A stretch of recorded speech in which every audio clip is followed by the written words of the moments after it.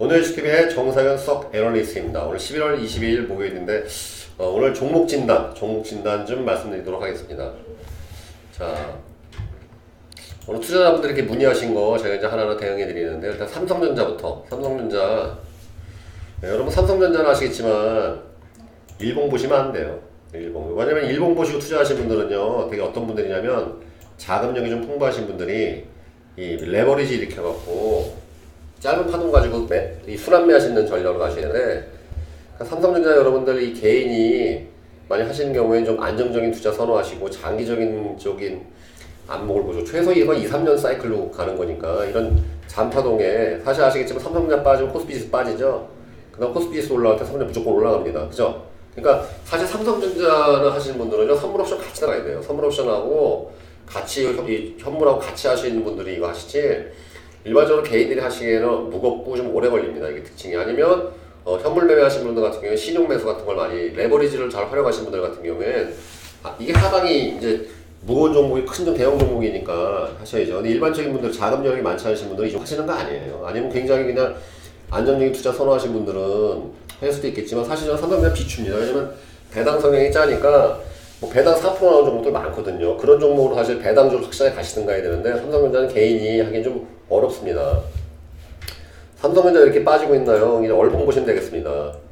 지금 삼성전자가 2년 동안 굉장히 흐름 보죠. 뭐 때문에 갔습니까? 스마트폰, 반도체죠. 특히 반도체에서 엄청난 막대한 영업이익이 나오고 어쨌든 스마트폰도 거기에 또 일조를 했죠. 그죠?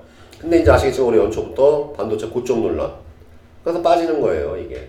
다음 모멘텀을 찾아야 되는데 어쨌든 지금까지 한 2년 동안 반도체 많이 했죠. 많이 수익을 내고 했는데 성장성이 지금은 이제 한계에 도달하니까, 그러니까 이제 외국인들이 팔고, 아시겠지만 또 이 사이에 또 외국인들이 이제 많이 우리나라에서 이제 매도를 많이 했지 않습니까? 그러니까 삼성전자 빠지는 것이죠. 삼성전자 다시 전고점 복구하려면 지금 반도체 빅사이클이 다시 한번 턴이 되거나 아니면 이 회사가 무슨 뭐 스마트폰, 뭐 폴더블 폰은 시장성은 아직 의문스럽죠. 그쵸? 그러니까 뭐가 나와야 돼요, 그러니까.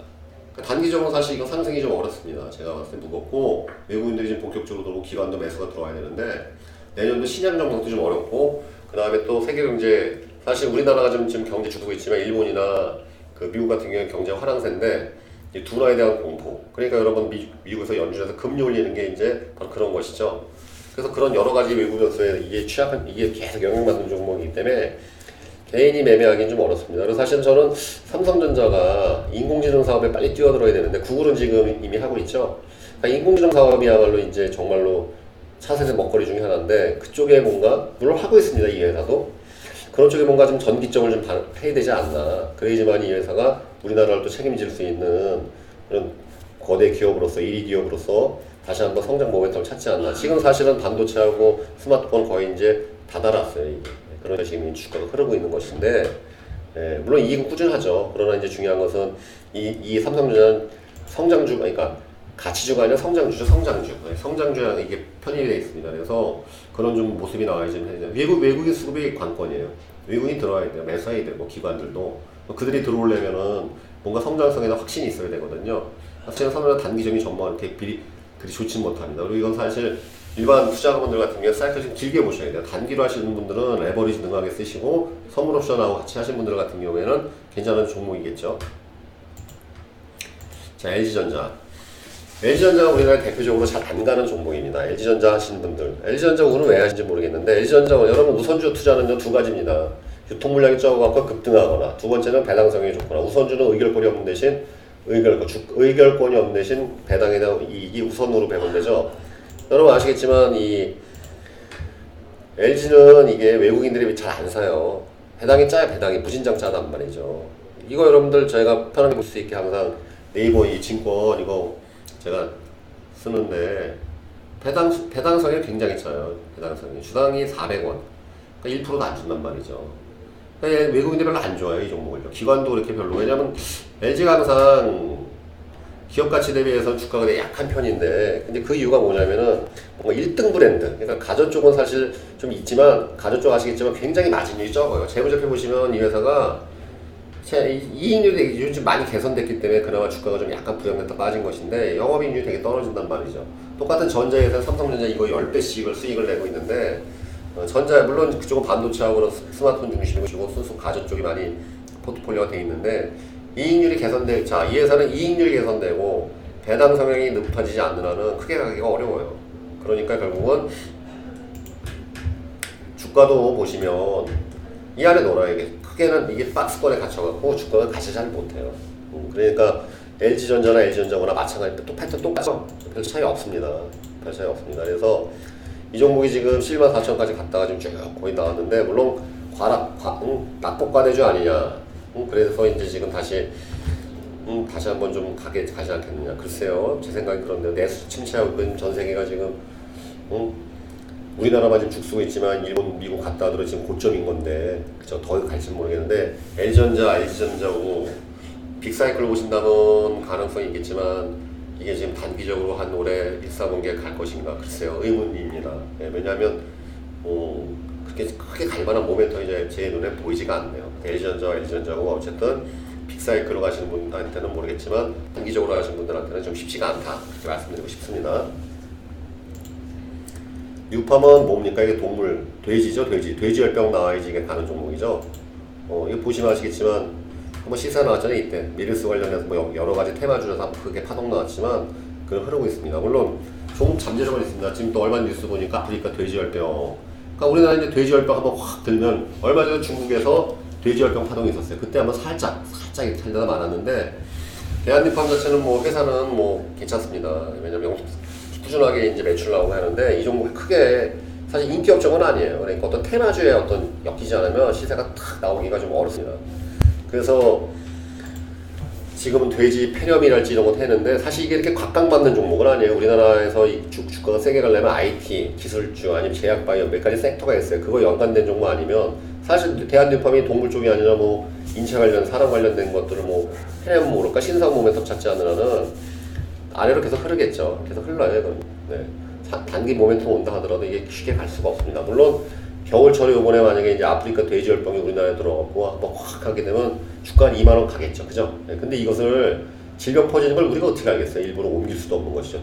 아프리카에 가고 돼지 잡아나갈 수도 있는 것도 아니고 그러니까 이런 거는 굉장히 확률적으로 어려워요. 그래서 대한뉴팜은 다른 모멘텀을 투자하셔야지 어떠한 그 급등파동 갖고 생각하시면 기도하셔야 돼요. 기도 매매 하셔야 됩니다. 돼지열병 퍼지십시오. 근데 돼지열병 퍼지고 우리가 축산농 가도 큰일 나죠. 그러니까 정말 이거는 그 어떤 재앙이 닥쳐야지 터지는 종목이니까 그런 모멘텀 갖고 하시는 건 굉장히 위험합니다. 이건 적은 리스크, 적은 비중을 가지고서 하셔야지 만약에 그런 거 바라고 투자하시다는 정말 어려울 수도 있다라고 말씀드리고 싶습니다.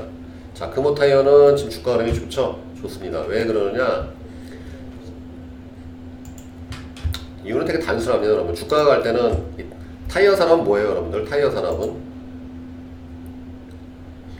외국인들하고 기관들 막 들어오고 있죠. 왜 들어올까요? 스프레드 산업이죠. 스프레드. 자, 스프레드 산업이 뭐냐면요, 자, 한국 타이어는 제품 매출 원가의 50% 이상을 차지하는 원재료의 가격 변동은 수급, 고무 가격, 국제 고무 가격 변동, 그다음 환율, 유가, 합성고무 그죠? 합성고무니까 얘네 제품의 절반이 원가예요. 그러니까 고무 가격이 떨어지거나, 그죠?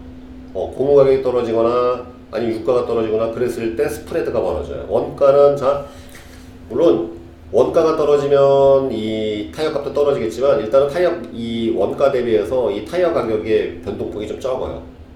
다시 말하면 이쪽은 과점 시장이기 때문에 타이어 가격이 올리기도 힘들고 내리기도 힘들어요. 그러니까 원자재 가격에 따라서 이 회사의 이익이 결정돼. 이걸 스프레드 산업이라고 표현하는데 지난 3년 동안 계속 적자났죠. 고무 가격이 계속 인상됐어요. 합성 고무 가격이. 네. 그렇기 때문에 재무제표가 이렇게 된 거란 말이죠. 근데 왜 외국인하고 기관들이 사느냐? 자, 신문기사 하나 보도록 하겠습니다. 자, 한국타이어 넥슨 타이어입니다. 판매 가격 상승에 이면 영업이익이 개선할 것이다. 하반기 북미 지역을 중심으로 타이어 가격의 판매. 그러니까 지금까지 이제 이 합성고무 가격들이, 자 보세요. 합성고무도 원재료 가격의 상승 탓에 이익을 못 냈었는데 이제 북미에 있는 업체들까지 이제 드디어 못 견디니까 인상. 그러면 다른 기업들도 같이 인상할 수 있는 명분이 되는 것이죠. 왜냐면 자동차 업체에서는 인상하는 걸 별로 안 좋아하니까. 근데 이제는 같이 인상하기 때문에, 예. 자, 글로벌 타이어, 구디협에서 타이어스턴, 쿠퍼, 한국타이어, 쿠퍼 다 판매 가격 인상에 동참했다. 이제 담합한 거, 담합을 해갖고 못 견디겠으니까 타이어 가격 세게 받겠습니다. 그러면 어떻게 돼요, 여러분들? 예. 그럼 주가가 올라가겠죠. 스프레드가 벌어지니까 주가가 상승할 요인을 찾겠죠. 그래서 지금 바닥에서 정리되고 난 다음에 수렴 과정에서 지금 여기 계속 매수세가 들어오고 있습니다. 외국인이랑 계속 매수하고 있어요. 그러니까 앞으로 흐름이 좀 개선될 겁니다, 아마. 근데 이제 아시겠지만 이것도 이제 그 단기적으로 상승세로 가는 것들은 여기서 이제 5,500 정도에서 멈춰요. 이 정도 해가 수렴하다가 실제 매출이 개선이 확실시 됐을 때 다시 한번 주가가 좀 더 갈 수도 있겠죠. 그죠? 네, 그러니까 금호타이어는 지금 이 금호타이어 종목 투자하신 분들은요, 국제 타이어 가격하고 항상 이 선물지수 보셔야 돼요. 합성고무, 원유 이런 환율 변동 같은 거에 굉장히 민감해요, 이게. 그러니까 그런 것들을 보셔야 이 스프레드 종목은 이익률을 따라서 춤을 추기 때문에 이것을 여러분들이 꼭 관심을 가지고 하시는 것이 투자 포인트인 것입니다. 자, 오늘 삼성전자, 그 다음에 LG전자, 대리전자, 우선주, 대한유판, 금호타이어 종목을 좀 짧게 이렇게 다뤄드렸습니다. 여러분 투자하실 때 항상 관건이 그거예요. 이 종목의 주요 모멘텀이 무엇인지, 종목이 왜 상승했을까? 종목이 과거에 상승해서 왜 상승했는지. 자, 내가 물렸단 말이죠. 물렸을 때 당시에는 무슨 생각을 갖고 들어가요? 분명히 어떤 호재에 대한 기대감을 가지고 들어가셨을 거란 말이죠. 근데 그거에 대한 투자 모멘텀이 훼손됐는지 유지되고 있는지. 훼손되지 않았으면 빠져서 안심하고 추매하셔도 돼요. 물타기 하셔도 된단 말이죠. 그런데 분명히 훼손됐음에도 불구하고 거기서 추매들어서 큰일 나겠죠. 그럼 빨리 엑시트 전략을 선택하시든가 아니면 그 종목의 사이클, 순환도를 보면서 내가 투자, 빠져나오는 전략을 생각을 하셔야 돼요. 가만히 들고 있으면 기회비용이 매몰되게 되고 본인은 장기 투자하는 것이죠. 지금 말씀드린 종목들은 좀 빅사이클 종목들이 많습니다. 그래서 이런 종목들은 이 차근차근 투자 계획을 세우셔야 돼요. 그래서 여러분들 이런 것들에 대한 것들은 전문가들의 도움을 원하시는 분들은 오늘의 주식TV 전문 연구원들에게 한번 상담 요청하셔갖고 도움을 받으시면서 투자 계획 잘 적절하게 하시길 바라겠습니다.